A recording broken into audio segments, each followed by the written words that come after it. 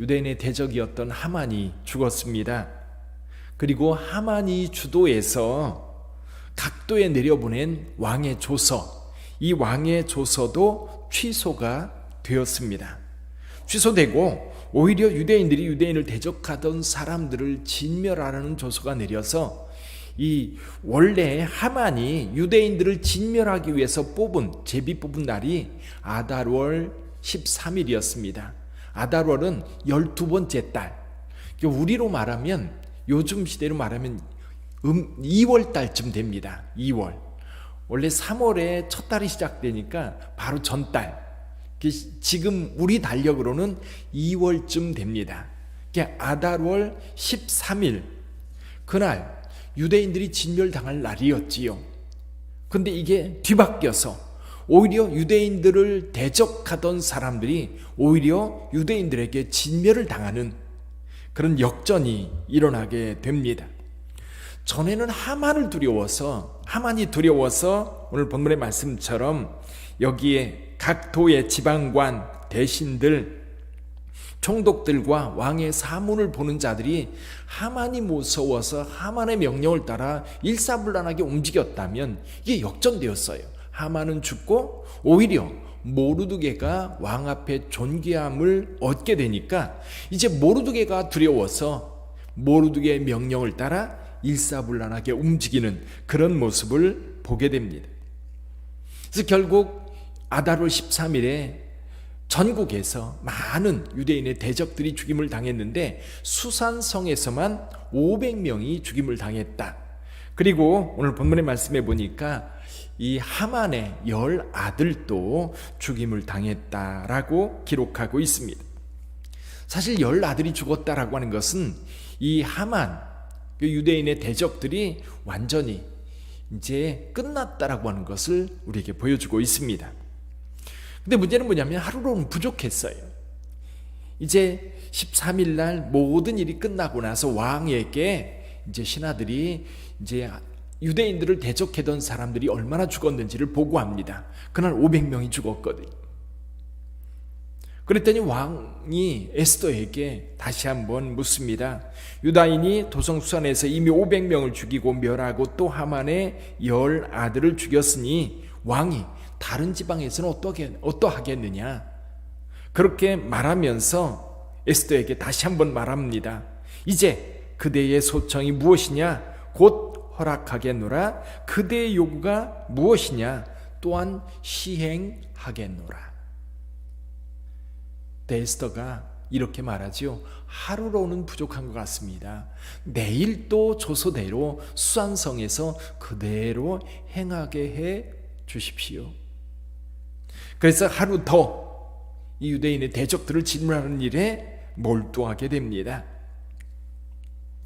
그래서 이 수산성뿐만 아니라 전국에서 유대인을 대적하려 했던 유대인의 대적들이 유대인에 의해서 진멸당하는 일이 벌어졌고, 이것이 하루로는 부족해서 이틀, 13일, 14일 이틀 동안 이 일들이 진행되었던 겁니다.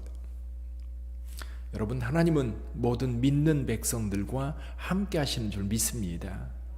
세상이 아무리 강력하게 기독교인들을 대적한다 할지라도 여러분 결국 승리합니다. 1세기에 네로라고 하는 로마 황제가 있었습니다. 네로. 이 네로가 이게 완전히 좀 오늘날 우리말로 하면 좀 미친 거지요. 로마가 한쪽 지역이 너무 낡고 지저분하다고 거기에 불을 질렀어요. 그래서 새로운 로마를 계획하면서 거기에 불을 질러서 상당히 많은 재산 피해, 사람들이 죽고 그런 일이 벌어졌습니다. 근데 이제 소문이 나기를 네로가 로마에 불을 질렀다. 그 소문이 흉흉하게 돌아갑니다. 그때 네로가 이 불을 지른 것은 기독교인이다. 기독교인들에게 덮어 씌워요. 그러다 보니까 성난 군중들이 기독교인들에 대한 박해가 대대적으로 일어나게 되지요. 이때 페트로니우스라고 하는 사람이 네로에게 이렇게 말합니다. 이 사건에 대해서 불을 지르고 기독교인들에게 누명을 씌워서 박해한 이 사건에 대해서 역사가 당신을 정죄할 겁니다. 그랬더니 네로가 하는 말이 있어요. 기독교인들을 다 죽이면 누가 그것을 기억하겠는가? 아마 기독교인들이 있었는지도 모를 거다. 그렇게 얘기를 해요. 그러고 나서 얼마 안 있다가 네로는 죽임을 당하고, 그리고 기독교는 로마의 국교가 됩니다. 박해를 당할 때는 너무 힘들고 고통스러웠을 거예요. 근데 이것이 반전이 되어서 오히려 기독교가 로마의 국교가 되는 역전이 일어납니다. 대반전이 일어나는 거지요. 저와 여러분들의 삶에도 그런 반전이 있기를 주님의 이름으로 축원합니다. 사랑하는 성도들, 분명한 것은 이거예요. 하나님의 백성들을 하나님께서는 그대로 버려두시지 않는다는 겁니다. 늘 지켜보고 계신 것, 바라보고 계신 것, 때가 되면 개입하십니다. 때가 되면 개입하셔서 이 사건을 완전히 뒤집어서 하나님을 나타내셔요. 그러니까 하나님께서는 하나님의 백성들을 보호하시는 것으로 하나님께서 살아계시다고 하는 것을 나타내십니다. 근데 여기요, 숨겨진 것이 한 가지가 있어요. 그게 뭐냐면 하나님의 백성들은 어떠한 상황 속에서도요, 하나님을 나타내야 돼요. 오늘 여기 주인공 에스더와 모르드게. 자, 모르드게를 한번 생각해 보세요. 모르드게, 하만이 모든 권세를 가지고 하만에게 모든 백성들, 모든 신하들에게 무릎 꿇으라고 왕이 명령을 내렸음에도 불구하고 나는 유대인이다, 나는 하만에게 무릎 꿇을 수 없다, 그거를 분명하게 이야기하고 죽기까지 거부합니다. 자존감이거든요. 하나님의 백성으로서 대적에게 무릎 꿇을 수 없다라고 하는 이것이요, 오늘날 우리 그리스도인들에게도 필요합니다. 예수님을 믿는 자들 적당하게 세상과 타협하면서, 불의와 타협하면서 그렇게 살 것이 아니라, 어떤 불의가 우리 가운데 올 때에 세상과 타협해서 오히려 하나님을 대적하거나 어떤 사람들에게 해를 끼치는 그런 일이 우리에게 요구되어질 때 우리는 당당하게 이렇게 말해야 돼요. 난 그리스도인이요, 난 그리스도인이요, 난 하나님을 믿는 사람이요, 난 거기에 참여할 수 없어. 사실 모르드게나 에스더가 그런 태도를 가지고 왕 앞에 섰기 때문에 하나님이 드러나는 거예요. 에스더 같은 경우도 자기의 생명을 보호하기 위해서 숨는 것이 아니라 당당하게 나서서 내가 죽으면 죽으리라, 그래서 내 민족의 생명과 자신의 생명을 하나로 여기고 왕 앞에 구할 때 이런 일들이 일어나는 거예요.